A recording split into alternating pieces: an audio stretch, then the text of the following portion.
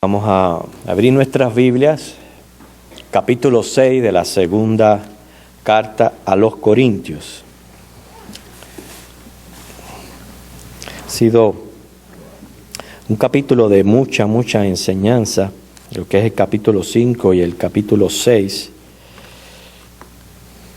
Estamos tratando acerca de lo más importante, que es la salvación del alma, el ministerio del Evangelio, el ministerio de la reconciliación. Piense no solamente en lo que ocurrió con nosotros y cómo nos sentimos por el hecho de tener una seguridad de vida eterna, pero lo significativo que es cuando un alma se entrega a Cristo y es salva por la eternidad. Es algo grandioso. Para mí es lo más grandioso que le pueda ocurrir a un ser humano. Y como es lo más grandioso que nos ha ocurrido a nosotros y lo que le pueda ocurrir a cualquier otro ser humano, por tanto, todo lo que tenga que ver con el ministerio, con la predicación del Evangelio, la misión de la iglesia, el trabajo que cada uno de nosotros hacemos en conjunto para la iglesia, todo eso es de suma importancia. No tiene paralelo. Y por eso Pablo se ve en la obligación de defender su apostolado. No olvidemos que ese es uno de los objetivos de esta carta, prácticamente defenderse contra sus propios enemigos que resultaron de la misma congregación de Corintios, y él se ve en esa necesidad, porque claro, si el ministerio a quien él representaba, el llamado que él tenía era algo genuino, era algo de Dios, era su deber defenderlo. Por eso él en primera de Corintios 4:4 él expresa: de nada tengo mala conciencia. O sea, para él era muy importante tener una conciencia limpia. Y estamos hablando más que todo en el área ministerial. Repito, todo lo que tenga que ver con Jesucristo, con su reino, con su iglesia, eso no es nada, cualquier cosa, eso es algo muy glorioso. Y yo temo que a veces muchos cristianos, inclusive hasta siervos del Señor, no le dan la seriedad suficiente que debe de llevar el ejercicio del ministerio. Como Dios conoce los corazones, las intenciones, los pensamientos, las motivaciones de una persona cuando le sirve a Dios, pues Pablo estaba tranquilo. Decía: yo no tengo mala conciencia. Nunca faltó quien le criticó aún su buen proceder.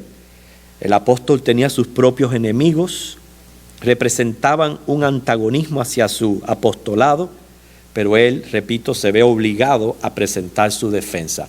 Estos primeros versículos aquí, voy a tratar a ver cuánto avanzamos del versículo 3 en adelante, pero es un tremendo tratado para pastores, para maestros o inclusive personas que dicen o sienten tener llamado del Señor para cualquier área ministerial. Esto es un tremendo tratado. Y vamos entonces a ver qué podemos aprender de la experiencia de posiblemente uno de los más grandes misioneros que ha pasado sobre esta tierra, que es el apóstol Pablo. Su vida fue tal que él inclusive dijo: ser imitadores de mí como yo soy de Cristo. Fíjense qué clase de conciencia tenía él para atreverse, si se pudiera decir entre paréntesis, a desafiar a la cristiandad, a que lo imitaran a él como él imitaba a Cristo. Fíjense cómo dice el versículo 3: no damos a nadie ninguna ocasión de tropiezo para que nuestro ministerio no sea vituperado. Nosotros sabemos que muchos incrédulos, impíos, como usted les quiera llamar, a veces se justifican ellos mismos diciendo, bueno, si ser cristiano es como tal persona, pues prefiero no serlo. Digo esto porque no es justificación ninguna. Sin embargo, es muy triste que a veces el testimonio personal que pueda dar una persona conlleve este tipo de este tipo de reacción en otras personas. Pablo decía, yo me quiero comportar de manera tal que yo no sea tropiezo para nadie, que nadie pueda decir que por mi causa no puede seguir a Cristo, no quiere seguir a Cristo, etcétera, etcétera. Así que tenemos que estar conscientes, esto eleva completamente la demanda de nuestro testimonio personal, estar conscientes que el mismo Señor Jesús en Mateo 18:6 advierte, dice, cualquiera que haga tropezar a alguno de estos pequeños que creen en mí, que es lo que él dice, mejor le fuera colgarse una piedra de molino de asno y hundirse en el fondo del mar. Esa es la seriedad que tiene lo que es ser ministros de esta reconciliación que Dios está haciendo con el hombre por medio de Jesucristo. Dios no va a dar por inocente al culpable. En Primera de Pedro 4 hay un pasaje relativo a esto que estamos mencionando. Primera de Pedro capítulo 4, los versículos 15 al 16, dice, así que ninguno de vosotros padezca como homicida o ladrón o malhechor o por entremeterse en lo ajeno, pero si alguno padece como cristiano, no se avergüence, sino glorifique a Dios por ello. Es muy triste que cada vez aparezcan más ministros de la palabra, cometiendo crímenes, cometiendo abusos sexuales, concupiscencias, o sea, desórdenes en sus vidas, y casi siempre hacen que enseguida el dedo caiga sobre la cristiandad. Eso es muy triste, pero aquí está la advertencia, hermano, de que no seamos nunca piedra de tropiezo para otra persona. Charles Hodge dijo, la fuerza y el poder moral de un predicador depende casi exclusivamente de la convicción que la gente tenga de su sinceridad y de la pureza de sus motivos. Por eso el pastor, maestro, cualquier ministro tiene que tener el llamado del Señor. ¿Por qué? Porque la gente lo va a poder apreciar. Cuando se trata de impartir la palabra de Dios, repito, no es solamente el hecho de estar compartiendo palabra de vida eterna, sino es una palabra que tiene primero que hacer el efecto en la vida del orador. O sea, para que esa palabra pueda salir con el poder de Dios, tiene que el predicador haberla aplicado. Es incoherente que usted se pare a dar un discurso o a dar una clase y que esté enseñando algo que usted no está dispuesto a practicar en su vida. Por eso que es tan importante para el ministro estar seguro de que tiene un llamado, número uno. Segundo, ese llamado que le hace Dios va a ir acompañado, capacitado por el Espíritu Santo, con dones que requiere el desarrollo de su ministerio. La relación personal de ese ministro con Dios es vital, su vida de santidad y también los frutos del Espíritu reflejados en su carácter. Yo me alegro de que los martes estemos tratando cada uno de estos frutos del Espíritu. Si deben de surgir en todos los cristianos, mucho más en aquellos que son líderes, pastores y maestros en otras personas. Por eso el ministro tiene que tener una vida ordenada, ser una persona responsable y fiel, El Señor lo dice, ¿cómo tú, si tú no puedes ser responsable y fiel en poco, Él te va a poner en mucho? Tienes que comenzar, por eso, en el hogar, un hogar ordenado, tu vida ordenada, tu testimonio de fidelidad al Señor, el amor hacia las almas perdidas. Y disculpen que me tenga que poner en el ejemplo en este caso, pero yo soy un pastor ordenado y llamado por el Señor, así lo considero, si no, no estuviera aquí.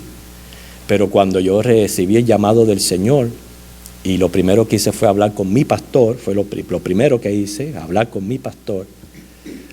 El pastor me dijo, no estoy buscando, hermano, ningún tipo de enorgullecimiento, es simplemente poniendo de ejemplo lo que estamos hablando. El pastor me dijo, no me extraña. ¿Por qué? Porque llevaba ya por lo menos 5 años de líder del ministerio de evangelismo sin fallar una sola semana en salir a visitar y ganar almas perdidas. El pastor me dijo, no me extraña. ¿Cómo usted va a recibir un llamado del Señor para ser pastor y no ser un ganador de almas? No predicar, no salir a evangelizar y a predicar a otras personas. Es incoherente. Por eso usted ve que hay muchos que se ponen en estos puestos, confundidos a lo mejor, pero cuando no hay genuinidad, no dura, o lo que hace es causar estragos a la iglesia y al pueblo del Señor.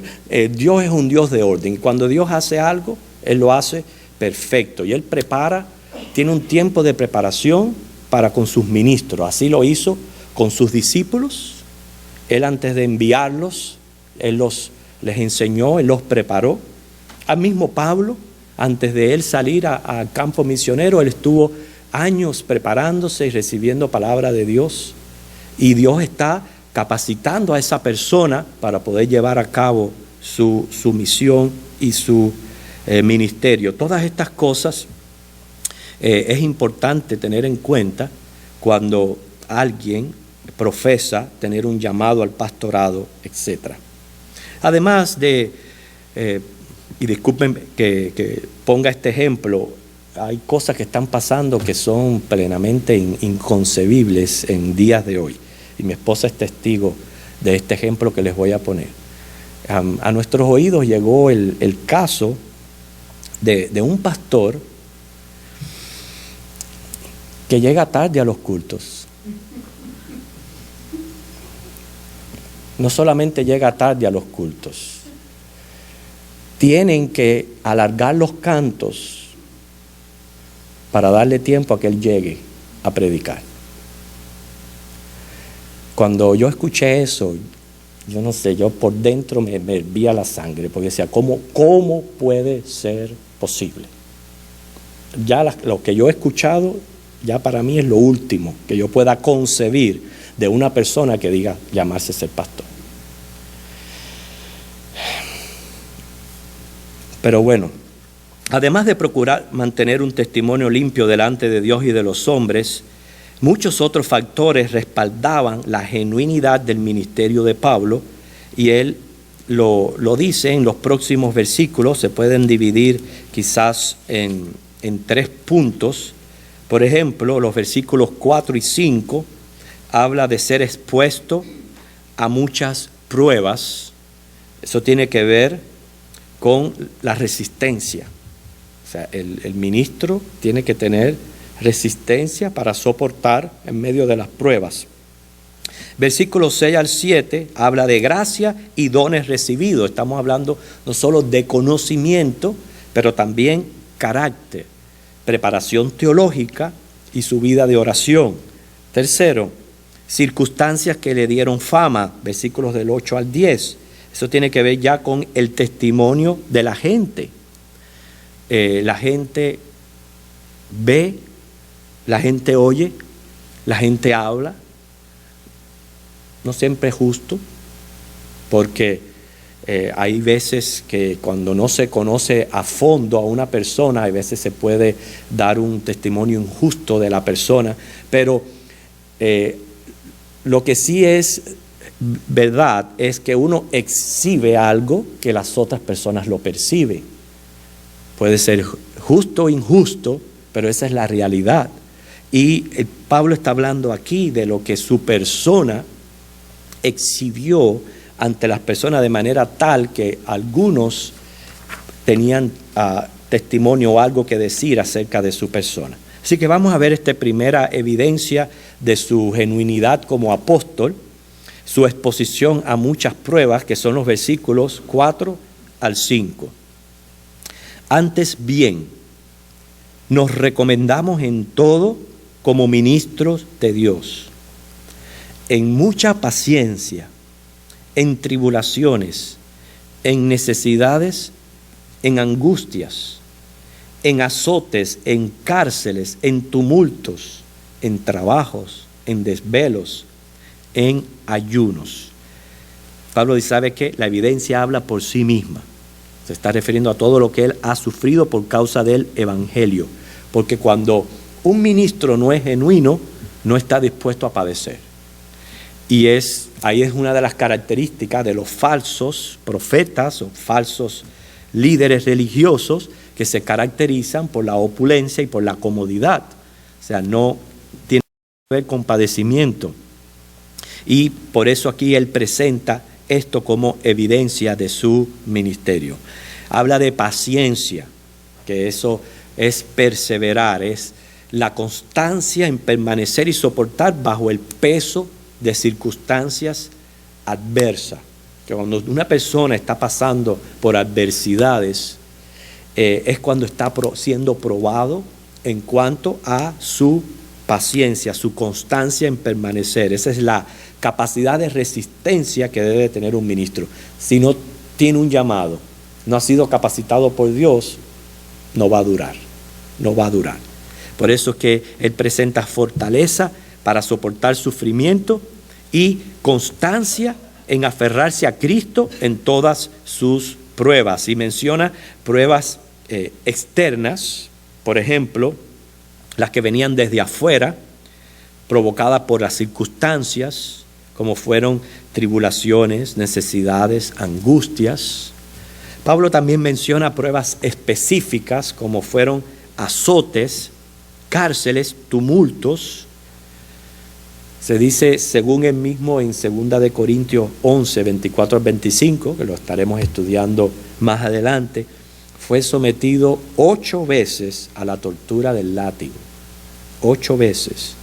5 veces por judíos, 3 veces por los paganos. Así que vemos aquí realmente su paciencia en perseverar a pesar de los sufrimientos. Cárceles. No se sabe con exactitud cuántas veces estuvo Pablo preso. Acuérdense, el libro de Hechos contiene solo una pequeña faceta de su vida, pero allí se registra que estuvo preso en Filipos, en Jerusalén, en Cesarea y en Roma. Y todo lo que conllevaba, ¿verdad?, estar preso en una cárcel.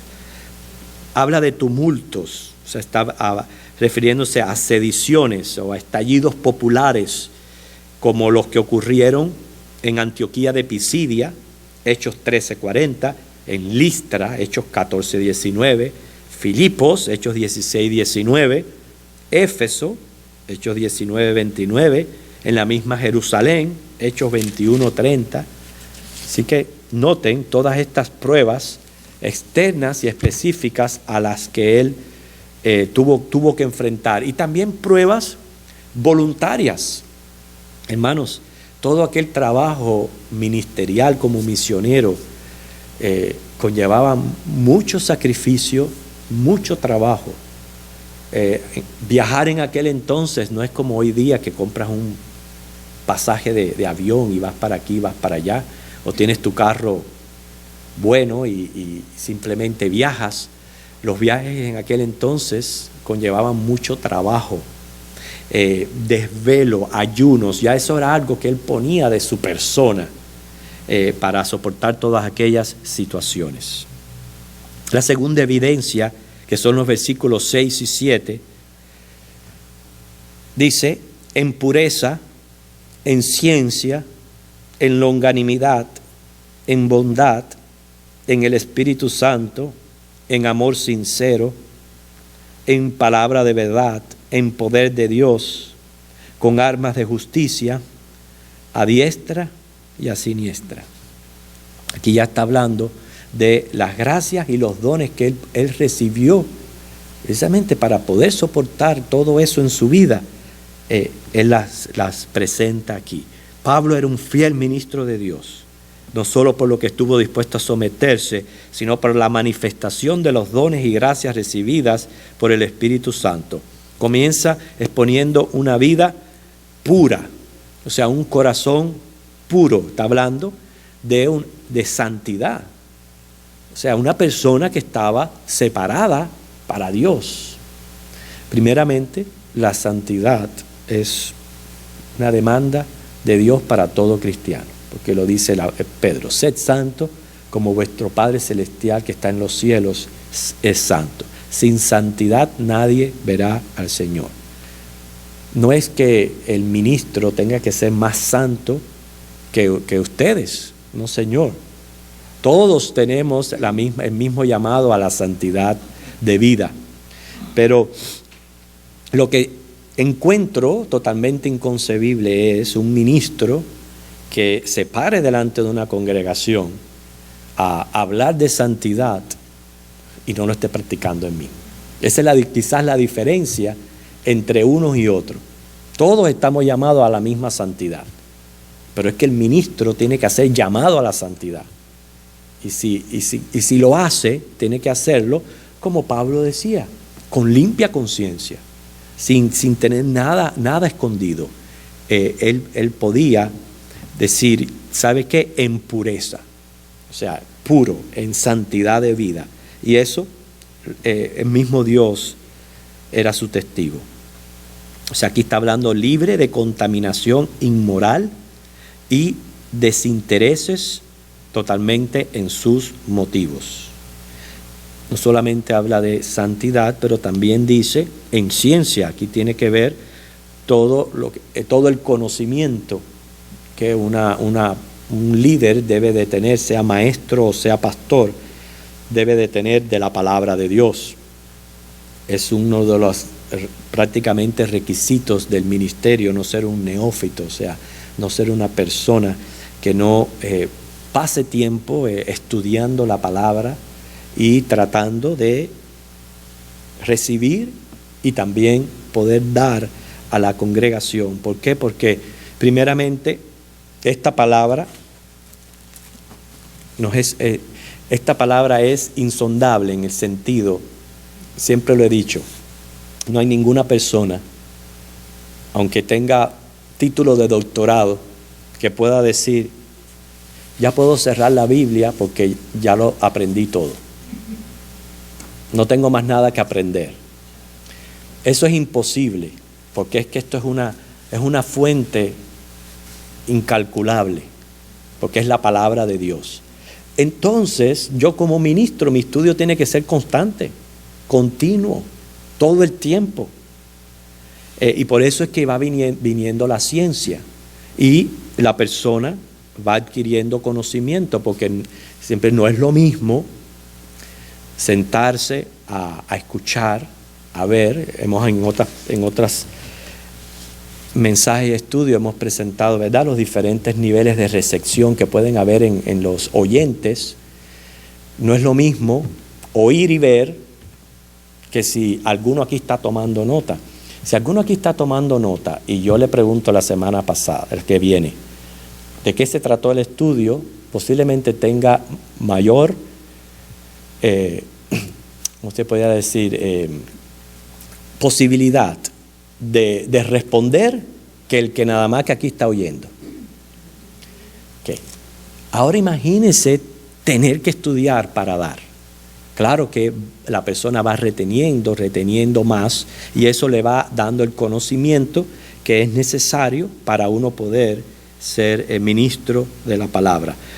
Pablo era una persona tal que el mismo Pedro, si volvemos a la segunda carta de Pedro, miren cómo él habla de este apóstol. Segunda de Pedro, capítulo 3, versículos 15 al 16.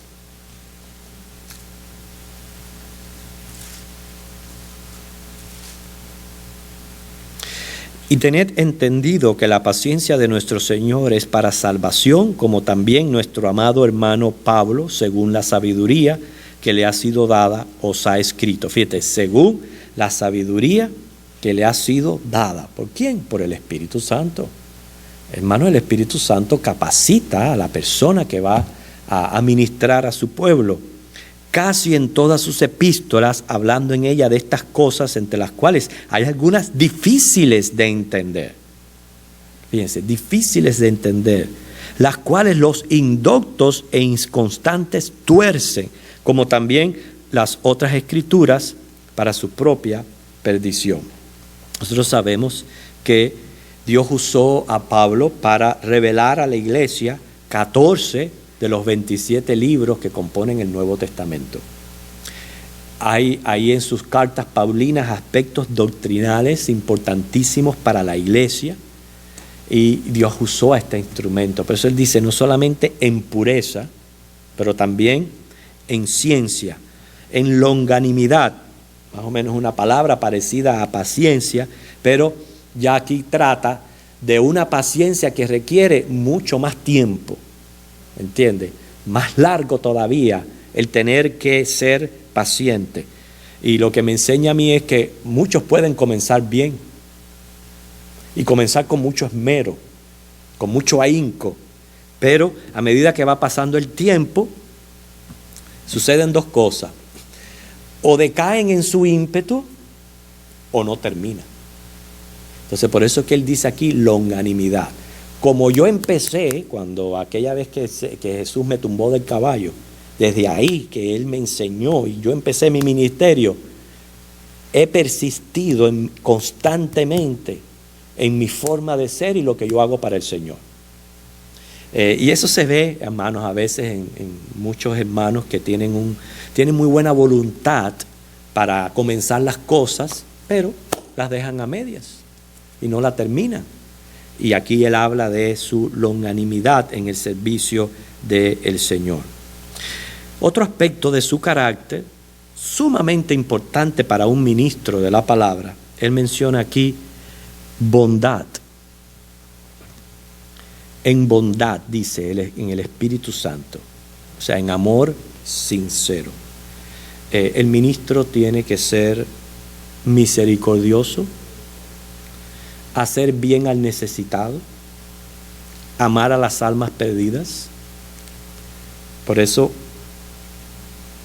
no sé, yo no concibo una persona que diga tener un llamado y que no ame a las almas perdidas, no sea capaz ni tan siquiera abrir su boca para compartir el evangelio con otra persona, o envolverse también en benevolencia, en hacer favores, obras entre sus hermanos, porque es que eso es parte innato de lo que el Espíritu Santo hace en nuestros corazones. Es un amor que Dios pone, que tiene que responder de esa manera hacia otras personas, y esa bondad también se manifiesta en ser paciente en el trato con las personas, perdonador, etc. Y Pablo se preocupaba muchísimo por ayudar, especialmente a la iglesia de Jerusalén. Él siempre tratando de hacer colectas, preocupado por los hermanos que estaban allá, que no tenían que comer. En fin, él habla aquí de los dones recibidos del Espíritu Santo, como son palabra de verdad en el poder de Dios. Y menciona armas de justicia. Por armas de justicia sabemos que se refiere que su arma defensiva y ofensiva era la coraza de justicia que menciona él mismo en Efesios 6:14. O sea que él tenía el escudo de la fe, el casco de la salvación y la espada del Espíritu. El tercer tema que él trata aquí son ya los últimos 3 versículos. O sea que en primer lugar él menciona más bien su evidencia por las experiencias que él vivió como ministro, cómo él soportó tanto por la obra del Señor. Segundo, él menciona, yo reconozco que del Espíritu Santo, porque sin el Espíritu Santo, ¿quién fuera Pablo? Hubiera seguido siendo un perseguidor de cristianos. Pero por medio del Espíritu Santo, que él mismo dice, no, la gracia de Dios no fue en vano para conmigo, él puede verse una persona pura, en el sentido que genuinamente está buscando del Señor, está buscando santidad de vida, etc. Y también una persona que Dios le ha dado conocimiento, o sea, iluminación de poder entender teología, de poder entender y explicar la palabra, los misterios del reino que han sido revelados. Todo eso él lo reconoce que ha venido del Señor. Y ahora le añade lo que las personas dicen acerca de él. Los versículos siguientes dice, por honra y por deshonra, por mala fama y por buena fama, como engañadores pero veraces, como desconocidos pero bien conocidos, como moribundos, mas aquí vivimos, como castigados, mas no muertos, como entristecidos, mas siempre gozosos, como pobres, mas enriqueciendo a muchos, como no teniendo nada, mas poseyéndolo todo. Él presenta una antítesis circunstancial aquí, o sea, ideas contrarias. Cualquiera que fueran las circunstancias, buenas o malas, estuviera la gente de acuerdo o no, quisieran honrarlo o deshonrarlo, Pablo era siempre el mismo. Él predicaba la misma doctrina, se afanaba en las mismas obligaciones, mantenía los mismos principios, no hacía caso a lo que los demás pensaran o dijeran acerca de su persona. Y aclaro, no significa que la opinión pública carezca de valor e importancia, no es lo que estoy diciendo, porque empecé el estudio diciendo que tenemos que velar por nuestro testimonio para no ser causas de tropiezo a otras personas. O sea, que otras personas no pueden decir, no, yo no quiero ser cristiano, porque si ser cristiano es como ese, yo no quiero. Que nadie pueda decir eso de nosotros. Pero cuando usted tiene una limpia conciencia delante de Dios, la opinión pública no lo va a afectar. Simplemente no lo va a afectar. Y eso era lo que Pablo estaba aquí tratando de decirle. Mire cuántos enemigos, cuántos opositores. Sin embargo, él no se inmutaba por ellos. Habla de engañadores y veraces. O sea, él era considerado por muchos como un seductor, un engañador falso que pretendía extraviar a la gente. Pero Pablo sabía que él estaba en la verdad. Ustedes saben que hasta con la misma iglesia allá de Jerusalén y los mismos judíos, Pablo tuvo problemas y tuvo que enfrentarse seriamente con aquel asunto de judaizar a los gentiles, etc. Cuando habla de desconocidos y conocidos, es que era desconocido por algunos, por lo cual hablaban mal de su persona, pero para otros él era conocido. Así que, hermanos, a veces uno se hace un concepto irreal de una persona, pero es porque simplemente no lo conoce a fondo. Muertos o vivos, para adelantar un poquito aquí, se está refiriendo a situaciones donde él estuvo amenazado de muerte, pero sin embargo estaba vivo, entristecido y gozoso.